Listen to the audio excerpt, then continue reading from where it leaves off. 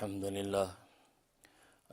لله نحمده ونستعينه ونستغفره ونؤمن به ونتوكل عليه ونعوذ بالله من شرور أنفسنا ومن سيئات أعمالنا من يهده الله فلا مضل له ومن يضلله فلا هادي له ونشهد أن لا إله إلا الله وحده لا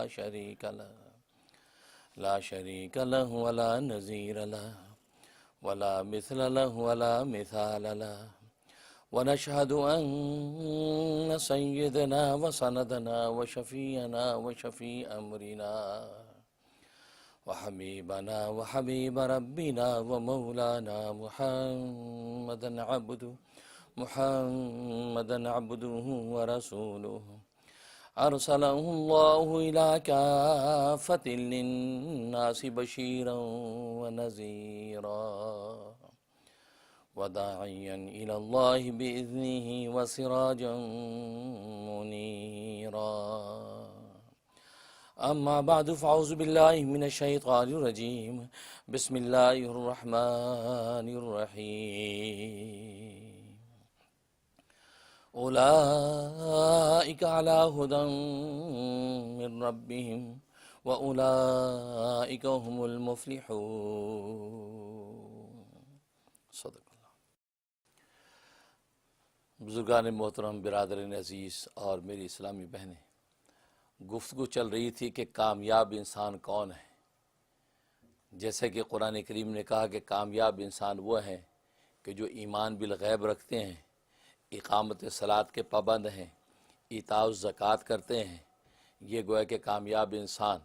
اور فرمایا اولئک علی ھدی من ربہم، کہ یہ وہی لوگ ہیں کہ جو اس ہدایت پر قائم ہیں کہ جو ان کے رب کی طرف سے آئی ہوئی ہے۔ اور اس کے بعد فرمایا والذین یؤمنون بما انزل الیک وما انزل من قبلک، اور یہ وہ لوگ ہیں کہ جو ایمان رکھتے ہیں اس وحی پر جو آپ کی طرف نازل کی گئی اور اس وحی پر جو آپ سے پہلے نازل کی گئی۔ وبالآخرۃ ھم یوقنون، اور آخرت پر یہ ایمان اور یقین رکھتے ہیں۔ تو یہ جو دوسرا والذین تھا اس کے مقابلے میں فرمایا وَأُولَٰئِکَ هُمُ الْمُفْلِحُونَ، کہ یہی لوگ کامیاب ہیں، فلاح پا گئے ہیں۔ اور فلاح میں نے بتایا تھا کہ فلاح کامیابی کو کہتے ہیں، اور یہاں مطلقاً فلاح کو ذکر کیا، یہ نہیں کہا دنیا کی کامیابی یا آخرت کی کامیابی، نہیں، بلکہ مطلقاً کامیابی کہا۔ وہ کہ کامیابی کے جتنے بھی فلاح کے جتنے بھی افراد ہوں، دنیاوی کامیابی ہو، اخروی کامیابی ہو، ذاتی کامیابی ہو، اجتماعی کامیابی ہو، ریاستی کامیابی ہو، بین الاقوامی کامیابی ہو، گویا کہ کامیابی کے جتنے بھی افراد اور شعبے بن سکتے ہیں، سب کے سب اس فلاح کے اندر شامل ہیں کہ جس نے یہ راستہ اختیار کیا، اللہ تبارک و تعالیٰ ان کو کامیابی کا یہ مقام عطا فرما دیں گے۔ اور میں نے بتایا کہ اذان کے اندر منادی تو اس فلاح کی خبر دیتا ہے، حی علی الفلاح، حی علی الفلاح، آؤ فلاح کی طرف، آؤ فلاح کی طرف، گویا کہ اس فلاح کی خبر دیتا ہے۔ اور فلاح کون سی؟ وہ نماز، صلاۃ۔ اس لیے کہ نماز عجیب عبادت ہے۔ جیسے میں نے بتایا نماز اصل میں بندے کا اپنا خلق ہے۔ اللہ نماز نہیں پڑھتے، اللہ کے خلق میں روزہ ہے کیونکہ اللہ کھاتے پیتے نہیں ہیں، اللہ کے خلق میں زکوٰۃ ہے، عطا کرتے ہیں، لیکن اللہ کے خلق کے اندر نماز نہیں ہے۔ نماز خالص بندے کی بندگی ہے، اور بندگی عبدیت اللہ تبارک و تعالیٰ کو اتنی محبوب ہے کہ بندہ اللہ کے سامنے جتنا جھکتا ہے اللہ تبارک و تعالیٰ اس کو اتنا ہی بلند کر دیتے۔ چنانچہ حدیث میں فرمایا الصلاۃ معراج المومن، نماز مومن کی معراج ہے۔ کیا مطلب؟ اس لیے کہ نماز کا تحفہ سفر معراج کے اندر ملا، اور سفر معراج میں رسول اللہ صلی اللہ علیہ وسلم یہ تحفہ لے کر آئے۔ اور اس تحفے کا کمال یہ ہے کہ دنیا کے اندر جو اس نماز کو ادا کرتا ہے اور سجدے میں جیسے گرتا ہے تو اللہ تبارک و تعالیٰ اس کو اتنا بلند کر دیتے ہیں کہ حدیث میں فرمایا کہ بندہ سب سے زیادہ اللہ کے قریب نماز کی حالت میں ہوتا ہے، اور جب سجدے میں گرتا ہے تو اس کا سر اللہ کے قدموں میں ہوتا ہے۔ یعنی روحانی طور پر، مانوی طور پر اللہ تبارک و تعالیٰ اس کو بھی معراج کا سفر کرا دیتے ہیں، وہ بھی اللہ تبارک و تعالیٰ کے قرب میں پہنچ جاتا ہے۔ اس لیے کہ رسول اللہ تو جسمانی جسمانی طور پر اس جسم و جان کے تحت بیداری کی حالت میں معراج کا سفر کر کے آئے اور وہاں سے یہ تحفہ لے کے آئے، لیکن امت کو اس تحفے کی برکت یہ عطا کی گئی کہ جو اس کو ادا کرے گا اللہ تبارک و تعالیٰ روحانی معراج عطا کر دیں گے کہ وہ سجدہ کرے گا تو اس کا سر اللہ کے قدموں میں جا گرے گا۔ جو اللہ کے اتنا قریب ہو جائے تو کیا اللہ نماز میں اس کی سنے گا نہیں؟ اس لیے صحابہ اکرام رضوان اللہ علیہم اجمعین 2 رکعت سے سارے مسائل حل کرتے تھے، کوئی پریشانی ہے اللہ اکبر 2 رکعت نماز حاجت کے لیے کھڑے ہو گئے، اس لیے کہ نماز جیسے کھڑے ہوئے نماز میں اللہ کے قریب ہو گئے، سجدے میں گرے خدا کو پکار رہے ہیں کیونکہ اللہ کے قدموں میں سر ہے۔ آج کسی کریم سخی داتا کے قدموں میں کوئی سر رکھ دے تو وہ گھر اپنے در سے خالی جانے نہیں دیتا، وہ تو سخیوں کا سخی ہے، اس کے قدموں میں سر جب اس نمازی نے رکھ دیا وہ بھلا کیسے جوری خالی بھیجے گا، ضرور آپ کے دامن کو بھر کے بھیجے گا۔ یہاں تک علامہ سیوطی رحمہ اللہ تعالی نے روایت نقل کی ہے، ایک صحابی دور دراز کے سفر پہ چلے گئے اور اس سفر کے اندر اس کا گدھا مر گیا، سواری مر گئی۔ ظاہر اس زمانے میں یہی سواریاں تھیں اور کوئی اور ذرائع ابلاغ تھے نہیں، مواصلات کے کوئی نظام تھے نہیں، گدھا مر گیا، مدینے پہنچنا ہے۔ تو سوچا کہ اللہ تبارک و تعالی نے عزیر علیہ السلام جو پیغمبر تھے ان کا گدھا بھی تو 100 سال کے بعد زندہ کر دیا تھا، قرآن کریم میں اللہ نے حضرت عزیر کو بھی ان کے گدھے کو بھی جب وہ وفات دے دی تو 100 سال کے بعد زندہ کیا۔ اللہ اکبر کر کے 2 رکعت نماز حاجت کے لیے کھڑے ہو گئے۔ یہ ایک ایسا راز ہے، آپ ہر کام اس سے منوا سکتے ہیں، کچھ کرنے کی ضرورت نہیں، وضو کرو اللہ اکبر 2 رکعت نماز حاجت پہ کھڑے ہو جاؤ، اس کے اللہ کے آگے ہاتھ اٹھا دو، اللہ ہاتھ کے ہاتھ پورا کرتا ہے۔ ہم سے فرض پورے نہیں ہوتے، آپ کہیں گے آپ مفتی صاحب آپ نے نفلوں کا بھی حکم دے دیا ہے، فرض بڑی مشکل سے پڑھتے ہیں۔ نہیں، یہ نفل پڑھ لو گے تم، کیونکہ اس میں اپنا مطلب ہے نا، اپنا مطلب ہے کہ یار 2 رکعت نماز حاجت سے سارے مسئلے حل ہو جائیں گے، یار قرضہ بھی مل جائے گا، دکان بھی چل جائے گی اور مکان بھی مل جائے گا، ساری چیزیں پوری ہوتی ہیں، لہٰذا 2 رکعت پڑھ لو۔ لیکن یہ عجیب راز، 2 رکعت پڑھ کے دعا کیا، اللہ میں تیرے حبیب کے مدینہ طیبہ پہنچنا ہے، میری سواری مر گئی ہے، اے اللہ اگر تو عزیر کے گدھے کو زندہ کر سکتا ہے تو میں بھی تیرے محمد کا غلام ہوں، میرے گدھے کو زندہ کر دے۔ یہ دعا کی، ہاتھ منہ پہ پھیرے ہیں تو کان جھاڑتا ہوا گدھا کھڑا ہو گیا، زندہ ہو گیا گدھا۔ کیا ایمان ہے! یعنی میں اس پر حیران نہیں ہوتا کہ گدھا زندہ ہو گیا، میں حیران اس پہ ہوتا ہوں اس صحابی نے اس مرے گدھے کی زندگی کی دعا کی، کیونکہ آج ہم کسی مرے کی زندگی کی دعا نہیں کرتے ہیں؟ خدا نہ خواہ کسی کا باپ مر گیا، ماں مر گئی، کوئی پیارا مر گیا، کبھی آپ نے سوچا آپ کا بس مر گیا دیٹس اٹ، قصہ ختم ہے نا؟ کبھی آپ نے نہیں سوچا میں دعا کروں یا اللہ زندہ کر دے، کبھی نہیں کیا۔ کیوں؟ ہمارا ایمان، ہماری نگاہ اوپر نہیں نیچے ہے، نیچے جب نظر آتی ہے اسباب میں، اور جی ڈاکٹر نے ڈیتھ سرٹیفکیٹ جاری کر دیا، رونا پیٹنا شروع کر دیا، مر گیا، یہ ہوتا ہے نا، ڈیتھ سرٹیفکیٹ آ گیا، ڈاکٹر نے کہا جی سوری ہم نے بڑی کوشش کی، ہم آپ کے جی ابا جی کو بچا نہیں سکے، ویری سوری، یہ ہوتا ہے، آپ نے رونا شروع کر دیا، کیونکہ نگاہ ہمیں ان اسباب پر ہے۔ صحابہ کی نگاہ رب الاسباب پر ہوتی تھی، وہ سوچتے تھے کہ یار اس کو چھوڑو، وہ تو زندہ کر سکتا ہے، وہ ان کی نگاہ وہاں ہوتی تھی۔ تو اس کا یہ دعا کرنا مردے گدھے کے لیے حیران کن بات ہے۔ کمال ایمان تو یہ ہے کہ وہ خدا کو دیکھ کر اتنا یقین اور یقین رکھتے ہیں کہ اللہ کی طاقت تو ہے کہ اس گدھے کو زندہ کر سکتی ہے، بھلے اسباب سارے منقطع ہو گئے زندگی کے، نہیں، اللہ کے سامنے اسباب کی کوئی حقیقت نہیں۔ وہ چاہے تو بغیر باپ کے بیٹا پیدا کر دے، وہ چاہے تو آدم کو بغیر ماں باپ کے پیدا کر دے، وہ چاہے تو اماں ہوا کو بغیر ماں کے پیدا کر دے، وہ چاہے تو عیسیٰ کو بغیر باپ کے پیدا کر دے، وہ چاہے تو سب دنیا کو ماں باپ کے ملاپ کے ساتھ پیدا کر دے، تو وہ اس کی طاقت ہے، وہ تو ہر چیز پر قادر ہے۔ نہیں، اسی اللہ سے میں مانگو، اے اللہ میرے اس گدھے کو تو زندہ کر دے، اس لیے کہ تو نے پہلے عزیر کا گدھا بھی تو زندہ کیا تھا۔ دعا کی، گدھا زندہ ہو گیا۔ دیکھو میرے دوستو بزرگو، یہ ایمان اور یقین، تو یہ اللہ کے سامنے نماز، اللہ وہ کوئی عجیب راز ہے۔ تبھی میں نے کہا نا کہ یہ اصل عبادت ہے ہی نماز، باقی سب مشروط عبادتیں ہیں۔ روزہ رکھنے کی طاقت ہے تو رکھ لو، نہیں تو فدیہ دے دو یار، $10 فدیہ فی روزہ، کوئی نہیں روزہ رکھوایا۔ زکوٰۃ مشروط عبادت، جی اگر مالدار ہیں، سال گزر گیا، حولان حول ہے، 2.5% زکوٰۃ دے، نہیں ہے غریب ہیں، زکوٰۃ معاف۔ زکات۔ حج مشروط عبادت ہے جی، مالدار ہیں آپ، راستے کا سفر آپ پورا کر سکتے ہیں، خرچے پانی کی طاقت ہے تو آپ حج کریں، ورنہ آپ حج فرض نہیں۔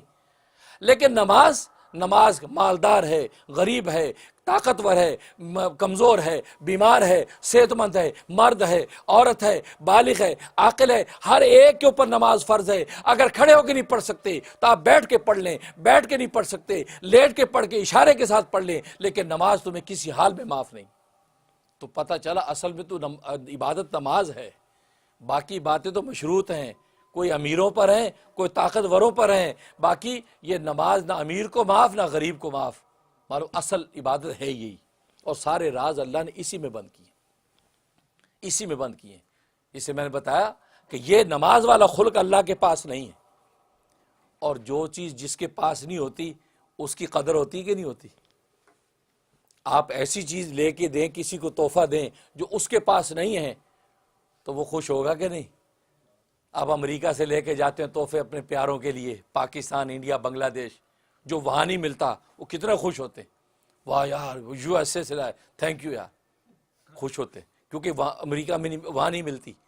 تو جو چیز جس جگہ نہیں ہوتی اس کی قدر ہوتی ہے۔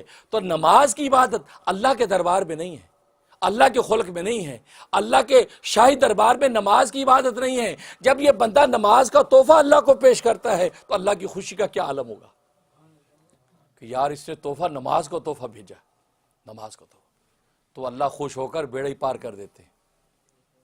پھر ایک نماز کہنے کو ایک نماز پڑھی، لیکن حقیقت میں اللہ تبارک و تعالی وہ ایک نماز نہیں بلکہ اللہ تبارک و تعالی 10 نمازوں کا ثواب عطا کرتے ہیں، کیونکہ جب 5 نمازیں فرض ہوئیں، 50 فرض ہوئی تھیں، جو معافی کے بعد 5 رہ گئیں، حضرت موسیٰ علیہ السلام نے کہا نہیں 5 بھی زیادہ ہیں، آپ دوبارہ جا کے درخواست کیجئے اللہ تعالیٰ اور تخفیف کر دے، کیونکہ میری قوم آپ کی قوم سے زیادہ طاقتور ہے۔ وہ 3 نمازیں نہیں پڑھی انہوں نے، ان ظالموں نے 3 پوری نہیں کی، اور آپ کی تو بہت کمزور امت ہے، آپ جا کے اور کم کروائیے۔ بہت سے لوگ کہتے ہیں من چلے کہ یار حضرت موسیٰ نے مشورہ تو صحیح دیا تھا یار، چلے جاتے تو اچھا یار، 2-4 اور معاف ہو جاتی۔ حیا نہیں آتی، ظالموں 50 سے 5 ہوئی ہیں، 45 اللہ نے معاف کر دی، ابھی بھی شرم نہیں آتی؟ تیرے نبی کو تو شرم آ گئی، تیرے نبی نے کہا موسیٰ نہیں، اب مجھے اللہ سے 45 معاف کی، ہر حاضری پہ 5 معاف کی، ہر حاضری پہ 5 معاف کی، 9 حاضریاں لگائیں، 9 5 45، 9 دفعہ رسول اللہ گئے، 5 معاف ہوتی چلی گئیں۔ اب کہا کہ نہیں 5 بھی جا، پھر جا، کہا کہ نہیں موسیٰ مجھے اللہ سے شرم آتی، اور ہم اتنے بے شرم ہیں کہ نہیں یار 5 بھی بہت زیادہ ہے یار، 2 ہوتی تھی تو دو کون سے تو پڑھتا ہے؟ جو پڑھتے ہیں 5 وہ کہتے ہیں یار 5 بھی صحیح ہیں، جو نہیں پڑھتے وہ ظالموں کے لیے 2 بھی بھاری پڑتی ہیں۔ خیر رسول اللہ نے کیا فرمایا کہ نہیں مجھے اب شرم آتی ہے، بس میں اللہ سے دعا کرتا ہوں اللہ میری امت کو 5 نمازوں کی توفیق اور قوت عطا فرما، یہ کہا۔ اور کیوں نہیں گئے آپ؟ اللہ اکبر، محدثین نے نکتہ لکھا ہے، اس لیے نہیں گئے کہ ہر حاضری پہ 5 مائنس ہو رہی تھی نا، آخر میں 5 رہ گئی تھی، تو آپ یہ سوچا کہ اگر میں اب پھر جاؤں گا تو اللہ کی سنت یہ چلی آ رہی 5 مائنس کرتے ہیں، یہ نہ ہو کہ یہ تحفہ جو 5 کا دیا 5 کی 5 مائنس ہو جائیں اور امت کے لیے تحفہ لے جانے کی کوئی چیز ہی نہ ہو۔ اس لیے نہیں گئے کہ کہیں یہ 5 بھی مائنس ہو گئی تو کیا لے کے جاؤں گا، اس لیے نہیں گئے، کیونکہ 5 کٹ رہی تھی، دعا کی تو آواز آئی رب کریم کی، کہا کہ ہمارے پاس جو فیصلے کر دیے جاتے ہیں وہ بدلتے نہیں ہیں، ہم نے 50 کا حکم دیا تھا لیکن تخفیف کر کے 5 کر دیے ہیں۔ اے میرے حبیب تیرا امتی دنیا کے اندر 5 نمازیں پڑھے گا لیکن نامہ اعمال میں اس کے 50 کا ثواب لکھا جائے گا، اس کے ایک نماز 10 نماز کے برابر لکھی جائے گی، کیوں ہم نے 50 کہہ دیا تھا، کوانٹٹی کم کی ہے، اس کی کوالٹی ہم نے 50 ہی رکھی ہے۔ آج 5 نمازیں پڑھنے والے کے نامہ اعمال 50 لکھی جائے گی۔ اس میں دوستو بزرگوں، نماز تو اللہ تبارک و تعالی نماز رکھی ہے ایسی عبادت جو معراج کا تحفہ، اور اس معراج کے سفر میں جو تحفہ اللہ نے دیا وہ تحفہ کیسا قیمتی ہوگا، اور آج ہم سب کے لیے سب سے بھاری چیز نماز ہی لگتی ہے۔ نہیں، اصل عبادت ہے ہی نماز بھائی۔ روزہ تو لوگ ڈائٹنگ کے چکر میں رکھ بھی لیتے ہیں، نہ رکھے تو بیگم نے چولہا ٹھنڈا کیا ہوا ہے، چمٹا رکھا ہاتھ میں، کم بخت کہیں کیا سارا سال کھلایا، کم بخت 2 دن روزے رکھ سکتا، چل بھاگ۔ اور سوچتا بیگم نے روٹی دینی نہیں، باہر سے ملنی نہیں، دوستوں نے کچھ پوچھنا نہیں، یار روزے ہی رکھ لو یار، اس مجبوری رکھ لیتے ہیں۔ زکوٰۃ بھی سوچتے ہیں کہ یار بڑا مکان، لمبی دکان، اتنے مالدار بنے میں، اگر زکوٰۃ نہیں بانٹیں گے لوگ سارے کہیں گے بڑا کنجوس بخیل زکوٰۃ نہیں دے رہا، چلو یار دو یار زکوٰۃ۔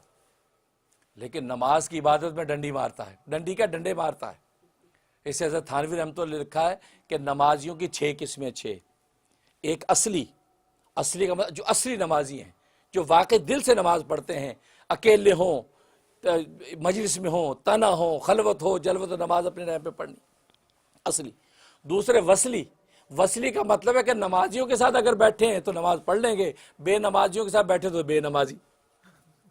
یہ ہوتا ہے کہ نمازیوں میں آگے تو بڑی جناب نماز پڑھیں گے، بلکہ بڑی فکر لگی رہتی ہے کہ نماز کے ٹائم ہو گیا، نماز کے ٹائم ہو گیا، آگے پیچھے فکر نہیں، اس کو پتہ ہی نماز کو پڑھائیں گے، یہ سارے مولوی بیٹھے ہیں، یار پہلے بول لو یار۔ وہ یہ وصلی، تو نمازیوں کے ساتھ ملے تو نمازی ہو گئے۔ تو پہلے اصلی، دوسرے وصلی، تیسرے فصلی، جس کو فصلی بٹیرے کہتے ہیں، سیزنل مسلم۔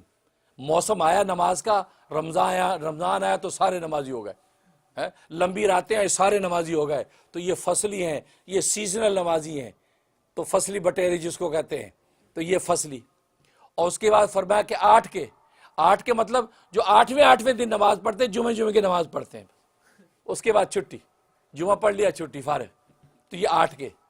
اور اس کے بعد ہے 360 کے، جو عید کی نماز پڑھتے ہیں، 360 دن کے بعد عید کی نماز۔ فرمایا کہ یہ ہیں اصلی، وصلی، فصلی، 8 کے، 360 کے، اور چھٹی قسم کھاٹ کے، یعنی جو جنازے کی نماز پڑھتے ہیں۔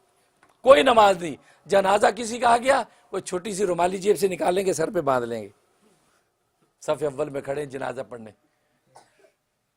ٹوپی نہیں ہوتی، ایک چھوٹی سی رومالی باندھتے ہیں، بڑے منہ لٹکا کھڑے ہوتے، بڑا غم ہے بھی ہمیں، وہ دل میں سوچتے یار کم وقت مرا، جاب چھوٹ گئی یار، نماز پڑھنی پڑ گئی، وہ پتہ دل پہ پتھر رکھ کے ناک کے گریے آ جاتے ہیں۔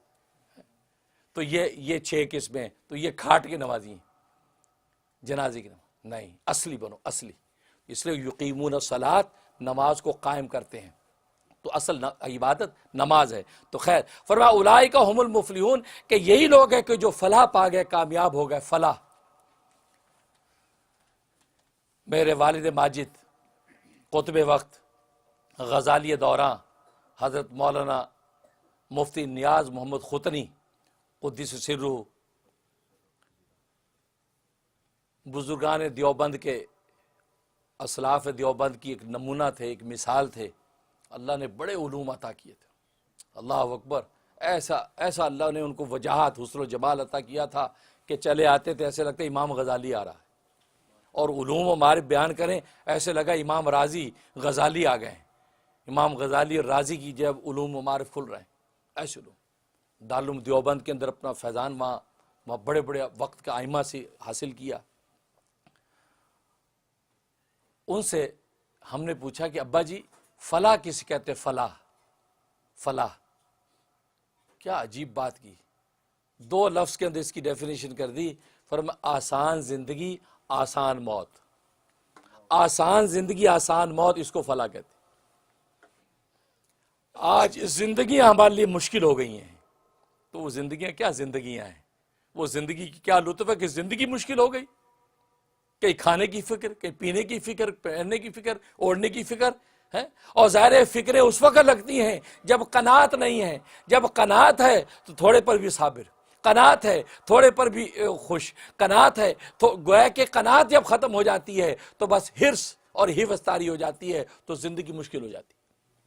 بڑے بڑے مالدار بھی پہننے اوڑھنے میں بے چین، لیکن جب قناعت مل گئی تھوڑے پہ راضی ہو گیا، تو قناعت کی دولت سے انسان جب منور ہوا تو فرمایا زندگی آسان اور موت آسان۔ موت آسان اس لیے کہ آگے کا سامان اتنا برابری کے ساتھ کرتے چلے گئے کہ آج اگر موت آ گئی تو کوئی خطرے کی بات نہیں، کیونکہ آگے کا سامان بالکل مکمل ہے۔ حضرت فرید الدین عطار رحمۃ اللہ علیہ وقت کے بہت بڑے ولی گزرے ہیں، عطار تھے، عطار عطر فروش، ان کی ایک دکان تھی عطر فروشی کی، بڑی عالیشان دکان۔ ایک درویش، ایک ملنگ درویش آیا اور آ کے ان کے سٹور میں یہ عطر کی شیشیاں دیکھنے لگا، چکر کاٹ رہا ہے۔ انہوں نے کہا کیا دیکھتے ہو؟ کہا میں یہ دیکھ رہا ہوں کہ یار تمہاری جان کیسے نکلے گی، اس لیے کہ تمہاری جان ہر شیشی کے اندر ہے۔ جب انسان کا مال تجارت ہے، ہر شیشی کے اندر تیری جان ہے، تو یہ تیری جان نکلے گی کیسے؟ میں یہ سوچ رہا ہوں۔ درویش نے یہ بات کہی تو اس پر فرید عطار نے کہا جیسے تیری نکل جائے گی ویسے میری بھی نکل جائے گی، یہ بات کہی۔ تو درویش کہنے لگا اچھا ہماری تو یوں نکلے گی، یوں کہہ کے وہ سامنے تھڑے پہ، دکان کے تھڑے پہ لیٹا، قبلہ رخ ہوا، اشہد ان لا الہ الا اللہ واشہد ان محمد رسول اللہ پڑھا اور اوپر واز کر گئے، کہا ہماری تو یوں نکلے گی۔ بس فرید عطار کی دل پہ ایسی چوٹ پڑی کہ یار کیا انسان ہے بھائی، اللہ کے رسول کا نام لیا پرواز کر کے، بس ساری کی ساری دکان صدقہ کر دی۔ ایسی عبادت اللہ کی، ایسے اللہ کے ہو گئے کہ اپنے وقت کے ولیوں کے سردار بن گئے۔ زندگی بھی آسان کر لی، موت بھی آسان کر لی۔ فرمایا یہ ہے آسان موت، ایسی آسان موت اس لیے کہ دل الجھا ہی نہیں، کیونکہ آگے کی ساری تیاری مکمل، پیچھے کا کوئی غم نہیں ہے، اس لیے کہ سب کے اللہ کا بھی حق ادا کر رہے ہیں، اللہ کے بندوں کا بھی حق ادا کیا ہے۔ خوف کس بات کا؟ خوف تو اس کو ہوتا ہے کہ جس کو یہ خطرہ ہو کہ آگے پکڑے نہ جائیں، اس لیے فرمایا آسان موت آسان۔ حضرت ذوالنون مصری رحمۃ اللہ علیہ، مصر کے اندر بہت بڑے محدث و ولی گزرے ہیں۔ ان کے دور میں ایک شخص نے سوچا کہ میں بڑے بڑے محدثین اور اولیاء اللہ کے پاس جاتا ہوں اور ان سے ایک سوال کرتا ہوں، اور وہ سوال یہ کہ اگر آپ کو یہ پتہ چل جائے کہ آپ کی زندگی کا آخری دن ہے آج، تو آپ کیا عمل کریں گے؟ اس کا مقصد یہ تھا کہ ظاہر ہے کہ ہر بندہ بڑے خاص اعمال بتائے گا، وہ اچھا پھر میں یہ کروں گا، میں یہ کروں گا، تو وہ میں سب نوٹ کروں گا، تو پھر اس پہ عمل کروں گا۔ اب ایک بزرگ کے پاس گئے کہ جی اگر آپ کو پتہ چل جائے آج زندگی کا آپ آخری دن تو کیا عمل کریں گے؟ انہوں نے بڑے بڑے عمل بتایا، میں یہ کروں گا، میں وہ کروں گا، انہوں نے نوٹ کی۔ دوسرے کے بعد، تیسرے کے بعد، چوتھے کے بعد وہ چکر کاٹتا۔ حضرت ذوالنون مصری رحمۃ اللہ علیہ اپنے وقت کے بڑے محدث و ولی، ان کے پاس گئے کہ حضرت اگر آپ کو پتہ چل جائے کہ آج زندگی کا آخری دن ہے آپ کا، تو آپ کون سے خاص اعمال کریں گے؟ آپ مسکرائے، کہا کہ جو روٹین وائز میرے اعمال ہے وہی کروں گا۔ کہ نہیں حضرت اگر آج آخری دن ہو زندگی کا، پھر کہ کوئی بات نہیں، جو میری ایک روٹین چلی آ رہی وہی کروں گا۔ پھر وہ کہنے لگے نہیں حضرت میں آپ کو سمجھا نہیں سکا، سب نے مجھے خاص اعمال بتائے ہیں، آپ اپنے خاص اعمال بتائیں نا۔ کہا کہ نہیں بھائی جو روٹین ہے وہی کروں گا میں۔ اس پر شخص نے کہا حضرت میں بات سمجھا نہیں، آخر اس کی وجہ کیا ہے، آپ ایسا کیوں کہہ رہے ہیں؟ اللہ اکبر، اللہ اکبر۔ حضرت ذوالنون مصری نے فرمایا اے اللہ کے بندے، ذوالنون مصری 40 سال سے ساری زندگی اس طرح گزار رہا ہے کہ جیسے اس کا یہ دن آخری دن ہے، ہر دن کو آخری دن سمجھ کے عمل کر رہا ہوں، اس کے اندر مزید کوئی اضافے کی گنجائش ہی نہیں ہے۔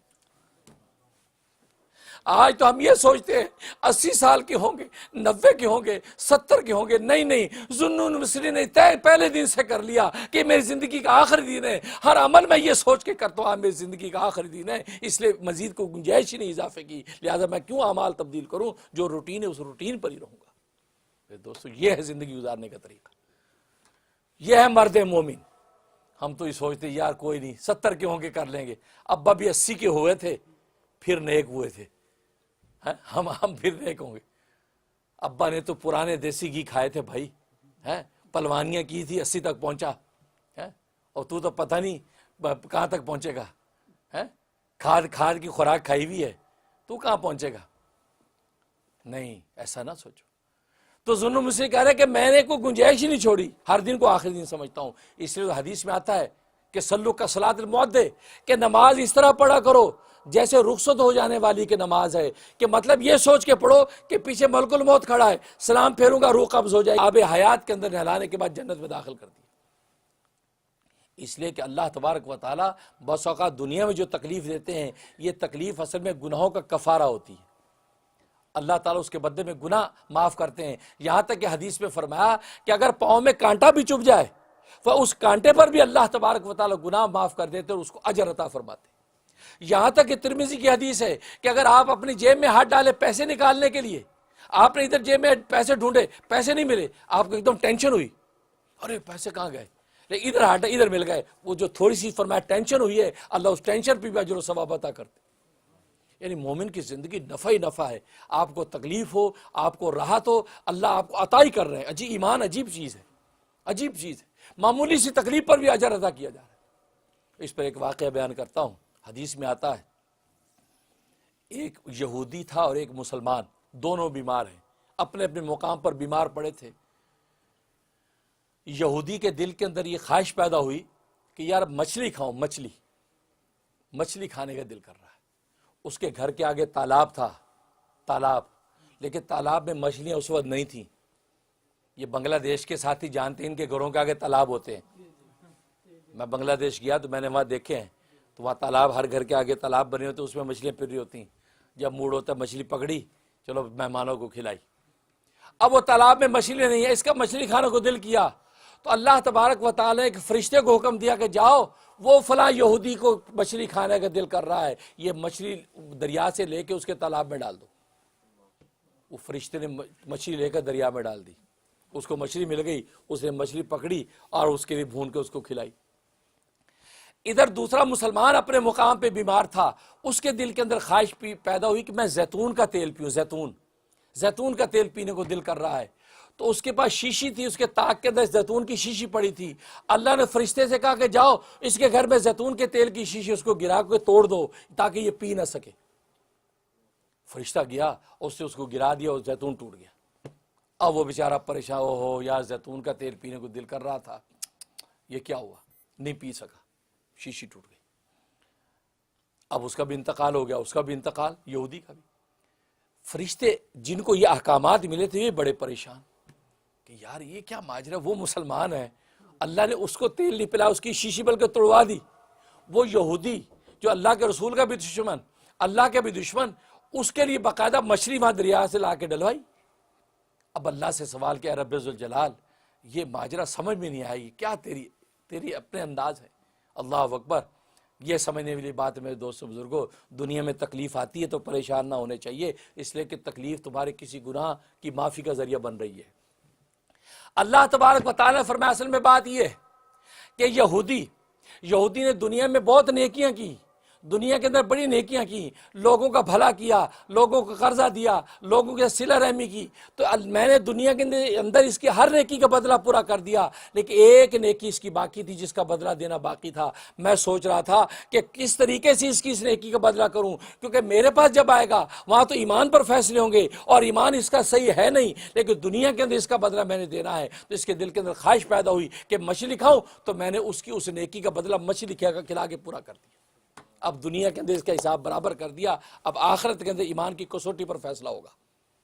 اور یہ فرمایا مسلمان کے سارے گناہ میں نے دنیا کی معمولی تکلیفوں سے میں نے معاف کیے، یہاں تک کہ ایک گناہ اس کا باقی تھا کہ سوچا اب کون سی تکلیف سے اس کا گناہ معاف کروں، تو اس کے دل کے اندر یہ خواہش پیدا ہوئی کہ میں زیتون کا تیل پیوں، تو میں نے اس کے زیتون کے تیل کی خواہش توڑ دی، اس کی شیشی توڑوا دی۔ جب اس کو یہ تکلیف ہوئی، اس تکلیف کے بدلے میں نے اس کا گناہ بھی معاف کر دیا تاکہ میرے پاس آئے تو بالکل پاک ہو کر آئے۔